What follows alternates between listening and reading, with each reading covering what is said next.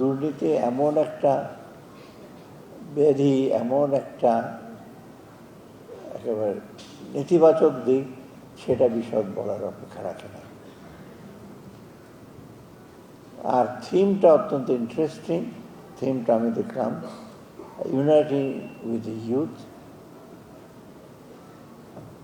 And building for future tomorrow, এই প্রতিপাদ্য। এটা এই জন্য করা হয়েছে, যেটা থিমটা আমি মনে করি যে ইউথরাই কিন্তু গড়ে তুলবে আমাদের বাংলাদেশ।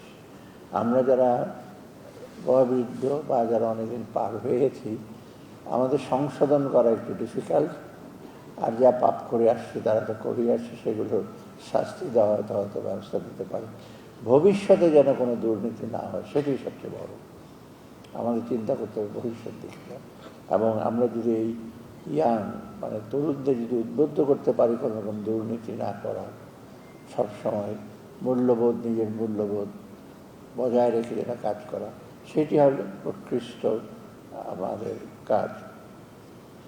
প্রথমত যে আমরা UNCSE বলে 2007 সালে ইনফ্যাক্ট আমি যখন গভর্নর ছিলাম তখনই সই করা হয়েছিল ওটা, United nation convention against corruption.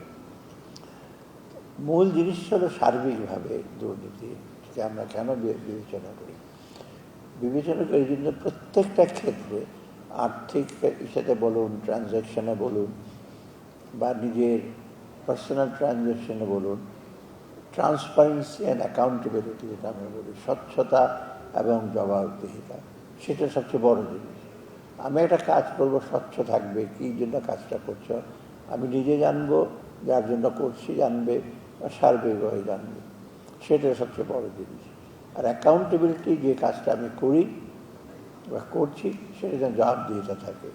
এই দুটো না থাকলে কিন্তু দুর্নীতির জন্য যতই শাস্তি দিয়ে যেতে, সে অতিথি যেটা বললেন, যতই শাস্তি দেই, শাস্তি আমরা দিয়ে গেলাম এক্সপোস্ট ফ্যাক্টর, এটা আর কি, দিয়ে দিলাম শাস্তি একটা লোককে, কিন্তু দুর্নীতিটা তো আমরা রোধ করতে পারলাম না। একজন হয়তো শাস্তি পেল, আর শাস্তি যে খুব অ্যাডিকুয়েট হয় তাই না। এই যে হাজার হাজার কোটি টাকা নিয়ে গেল, তাদের শাস্তি কী দেবেন? সারা জীবন জেলে থাকলেও শাস্তির তো সে সঠিক শাস্তি হবে না। আর যেটা ক্ষতি দেশের জন্য করেছে, জনগণের জন্য ক্ষতি, সেটা তো আপনি সেটা সে ক্ষতিটা কাটিয়ে উঠতে পারবেন না। অতএব আমাদের দুর্নীতির জন্য কয়েকটা জিনিস আমি একটু দৃষ্টি আকর্ষণ করি। প্রথমত হলো সামাজিক একটা অ্যাওয়ারনেস, সামাজিক একটা আন্দোলন লাগবে। কারণ যদি সমাজ থেকে দুর্নীতিকে যদি ঘৃণা না করি, দুর্নীতিগ্রস্ত মানুষকে যদি ঘৃণা না করি, দুর্নীতি কিন্তু কোনোদিন যাবে। যেটা এই দুর্নীতির ব্যাপারে কিন্তু, যেটা IFS বলি আমরা, ইন্টারন্যাশনাল ফাইন্যান্সিয়াল সিস্টেম, যেটা ওয়ার্ল্ড ব্যাংক, IMF,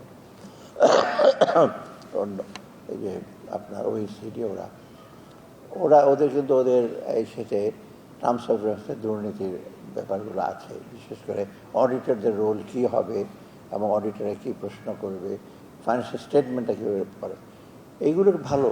কিন্তু অনেক সময় যাই যে তারা সাহায্য দেওয়ার সময় সেখানেও দুর্নীতির কিছু হয়। কারণ ওই প্রজেক্টটা যখন দেয়, আমরা যারা প্রজেক্ট প্রণয়ন করি, তারাও বেশ কিছু সুযোগ পায়। হয়তো ওরা হয়তো ব্যাপারটা জানে না, বা জানলেও বিয়ন্ড দেওয়ার কন্ট্রোল।